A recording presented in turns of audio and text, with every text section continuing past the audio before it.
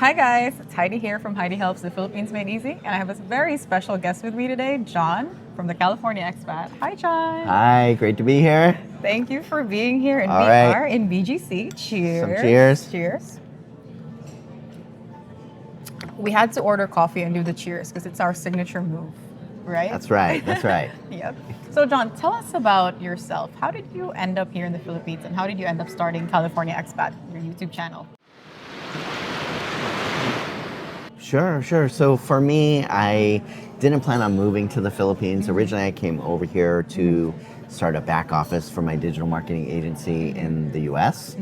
And from the first time I came over here, I just really fell in love with the country and the people, and I didn't want to go back. So I really pivoted from the Philippines being a back office for my company towards deciding to open up a back office for other companies and open up a business process outsource company over here.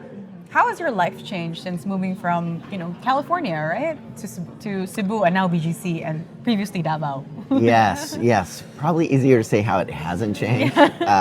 So, I mean, I'm still working over here, same as in the US, but life just feels like I'm on a different planet a little bit.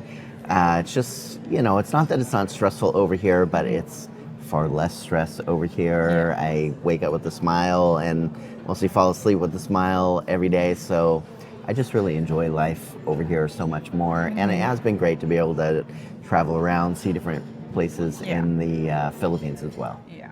So what would you say are the challenges that you faced since moving to the Philippines?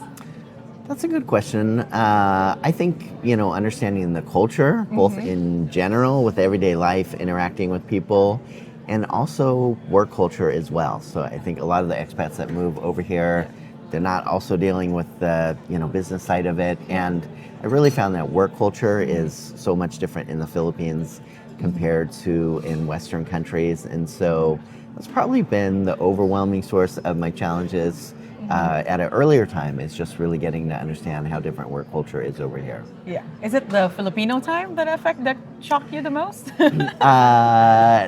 Yes, but that was probably the easiest one to kind of overcome. I think it's the way that I would interact with employees in the US totally backfired here in the Philippines. Here I think it's much more kind of hierarchical and mostly the boss has a bit more of a distance from employees, and it might be HR or other people that are dealing with things, whereas in the US, especially at a smaller company like I knew everybody personally. I went out to vacation at times with employees, and we worked together for a long time, so we knew each other really well. Whereas here, I just found that doing anything too fast, not just with work, but in personal life or anything else, fast is sometimes a recipe for disaster. So I had to learn how to slow my roll down a bit over here. Yeah, kind of like Filipino time plus island time, so it kind of like mixes up with that whole chill culture of the Filipino culture. Right? Exactly. Right, yeah. So what was something that you wish you knew before moving to the Philippines? Man, how long do we got? Got a lot of time. I think, that's a good question. Probably hard to decide what to pick on that. Probably just I wish that I knew that not everything is as it appears. I think that there's a lot of things going on below the surface that as an expat, I wouldn't necessarily see those things until I had more time to get to understand the culture. So probably that, I wish that I knew that I needed to understand things more fully and not take things on face value. So as just maybe one, quick example, in the US, I think we could kind of tell a lot about each other based on things like body language, how people talk or how they carry themselves, or even what they talk about, the type of person that they are. Whereas here, at first, everybody seems incredibly nice. And so I think nice, or what seems like nice, is kind of the default in the Philippines. But it takes more time to really know in the culture here if somebody is in fact nice or trustworthy or a lot of those other things as well. So probably stuff like that. Yeah, absolutely. There is a lot more than what the surface brings you, especially here in the Philippines. So you started a business here in the Philippines. What was that process like for you? The legal side and the hiring side of it all? Yeah, so I've started a few businesses over here now. The first one was in 2019 when the one person corporation was new. Yeah. So, where foreigners were able to own certain types of business 100%. So, that was, I guess, my first introduction to, how long things could take Yes. and how painful they can be. And it's why when I started a second business, I got Heidi to help me out. So, I didn't have any more hair to lose. So, so definitely just seeing that, in the US, when I started my first business, it was like 15 minutes on legal Zoom. Yes. And I called it a day, whereas here, I just learned things take a bit longer, the wheels turn a little bit slower. Yes. And, one of the learning experiences for me over here is that it's just really worth spending a little bit to outsource, some of those things that will stress us foreigners out. Yeah, basically. So a lot of my clients basically, and like my foreigner friends always tell me, the Philippines will definitely teach you a lot about patience, right? That's right. Yes. Yeah. Speaking of patience, what advice would you give to someone who's planning to come to the Philippines and wants to start a business here in the Philippines? That's a great question. So I would say definitely if you're planning on moving over here to start a business, talk to people like Heidi or people like myself to try to get a little bit of a understanding about what things are like here, maybe things that they would give as advice. For me, I could give you a very long list of what not to do because I made a lot of mistakes my first 3 years over here, but eventually I think learned a lot, along the way. And I would definitely say don't expect that things will be how you expect them to be based on your perception of common sense or how things work in your culture. For example, I think in a lot of Western countries, people are motivated first and foremost by money. Yeah. How much will you make? And for me, in my experience, of course, Filipinos want to make more money the same as anyone anywhere else in the world, but I don't think that's necessarily the number one motivation. Yeah. I think family is normally the main motivation over here, and I've lost a lot of amazing employees because their family thought that they should go home to take care of their grandfather or different things like that, and I could offer them $1 million a month. If the family said they needed to go home, the money wouldn't have mattered too much. And I've tried that, giving people raises to get them to stay. And there's just a lot of things that I would say that you can't bring your Western perception of how things work over here because there's a lot of things that are very different. Yeah, exactly. It really, if you're gonna start a business here in the Philippines, try to explore things and ask around a little bit before you land on, the specific thing that you want to do. Because some things that you find online aren't necessarily the things that actually happen in the actual practice of it all, right? Yeah, that's true. Yeah, there's a lot of misinformation out there. Right. So I know for expats who want to move to the Philippines and start their business, visa is also another concern, right? Because you want to stay here permanently. You're on an SVEG, which we helped you get. Yes, thank you very much. An SVEG is a special visa for employment generation. What made you, there are a lot of visa options in the Philippines. What made you land on, choosing the SVEG as your permanent visa here in the Philippines? Yeah, well, I got to save some money, and I'm cheap. Just kidding. Maybe not kidding too much, but so there's a lot of different type of investor visas over here. I'm not, maybe if I was married to a Filipina, maybe I would have got a 13A, or if I was. I don't know, how old do you have to be to get a SRRV these days? Now, if you're 40. Before, if you were 50. Okay, so when I moved over here, I was like 47 or something like that. Now I'm 52. So, I think it was the best option for me that I had at the time. And the other thing is that there's different types of investor visas. And the one that I chose saved me having to spend a lot of money.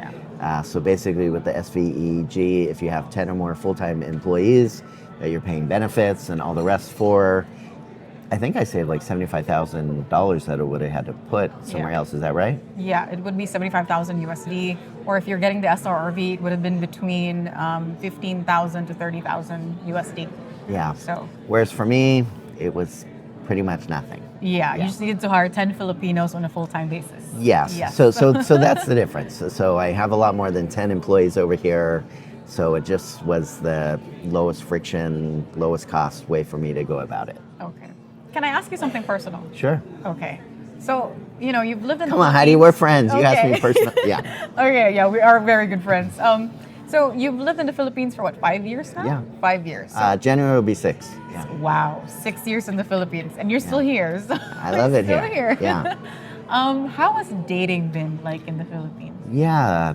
Oh boy. How much time we got for that one as well?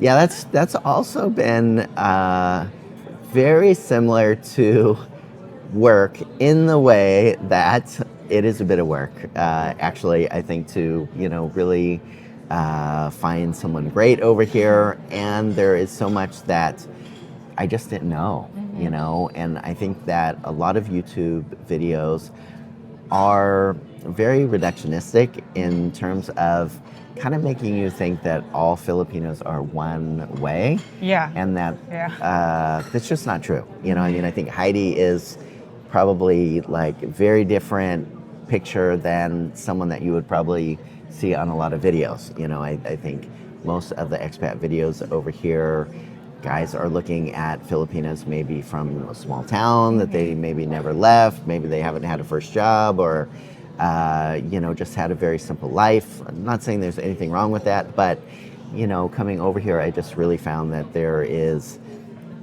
so much more diversity in terms of Filipinas, and so it took time to really figure out more what type of person that I was looking for over here.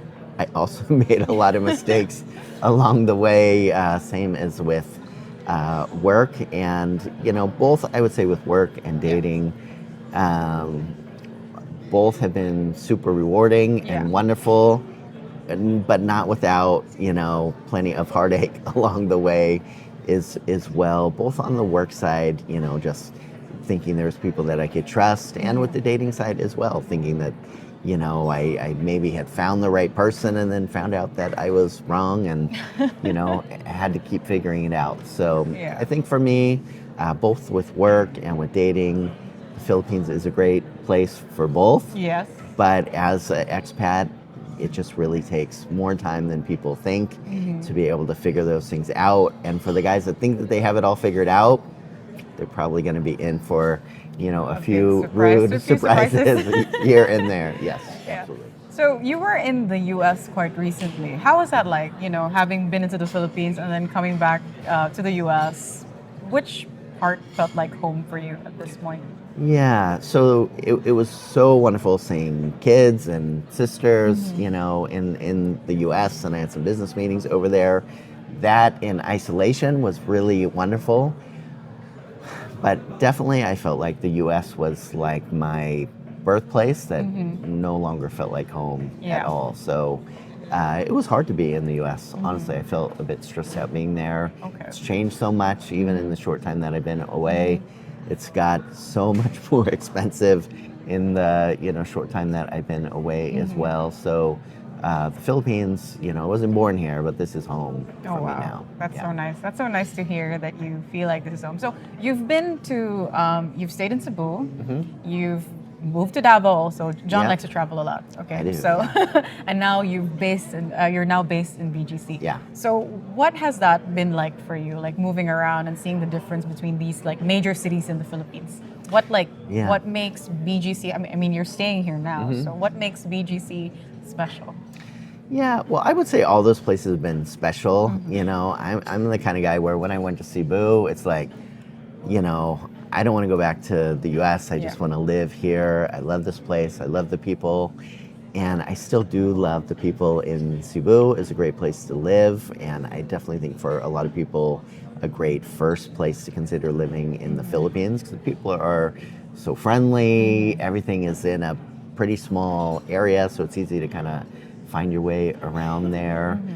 But after 5 years, for me personally, I got a little bit bored.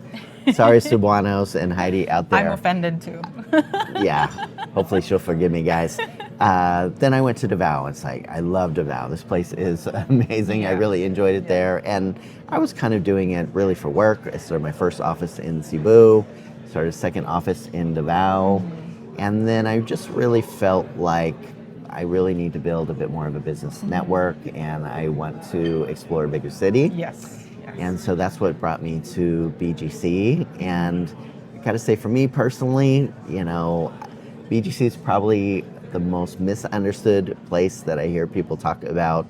I think people think that, you have to make $1 billion to live here and all the rest. But in reality, my cost of living for condos, for example, are the same per square meters I paid in Cebu or Davao. Actually, I paid a little bit more per square meter in Cebu and Davao than here, but I feel like I get so much more amenities and things to do, and it's a great place for me to be with work and business as well. So I am loving it here. You seem a lot more happier than...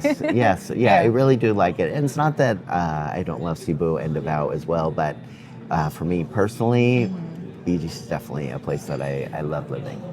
That's amazing. For me, it's always been Cebu. Cebu will always have my heart.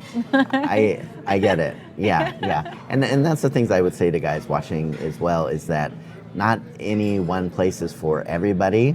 You could hear Heidi says Cebu. She wouldn't want to live in BGC. I would say BGC. I don't want to live in, Cebu at this stage. And you might find that Bohol is the place, or somewhere else is the place we haven't even mentioned. For you, you just really got to kind of travel around and see what works for you. Yeah, exactly. You just have to figure it out for yourself, depending on your lifestyle and what you're trying to do here in the Philippines. So last question, John. What advice would you give to someone who's thinking about moving to the Philippines? Yeah, I would say come on over. Some guys will pack their bags with the plans of never going back, they've watched enough videos where they just know in their mind this is the right place for them. I would say you are very brave if that's what you do. I would, far more recommend come over here 2 or 3 times. In 2019, that's what I did. I came over here for a few weeks. I left for 8 weeks. I came back for 2 or 3 weeks, left for 8 weeks. And I really just found each time I loved it more and more that I was here. However, in the 6 years since I've lived here, I know countless guys that are like, this place is not for me. And they've either tried another country or they've gone on to their own home country. So you got to really figure that out yourself. And that's why I'd recommend, come over here, make a first trip, 2 weeks, 3 weeks, 4 weeks. To start to get a sense for it, but realize you're going to have your rose-colored glasses on initially. Come back, another time or two before deciding if you want to move over here. Airbnb, try different places, even in the areas where you are. Even for me coming to BGC, I Airbnb'd for a couple of months here, and I looked at places in Makati and BGC and Mandaluyong to really decide where I would want to be. And so even if you've lived over here for a while, the more time you take kind of scoping things out, one of the condos I stayed in BGC, like you couldn't even flush the toilets. Like, are you kidding me, people? We're in BGC. Yes. And I wouldn't have known that if I didn't Airbnb at the place. And so slowing your roll, taking a bit more time to just see what you really think of places is going to be my best advice. That's amazing. Thank you so much for being here, John. My pleasure. I appreciate you seeing me here in BGC. Normally we're in Cebu. Yes. But thank you again so much. Cheers, Thank you John. too. Cheers. Bye, guys.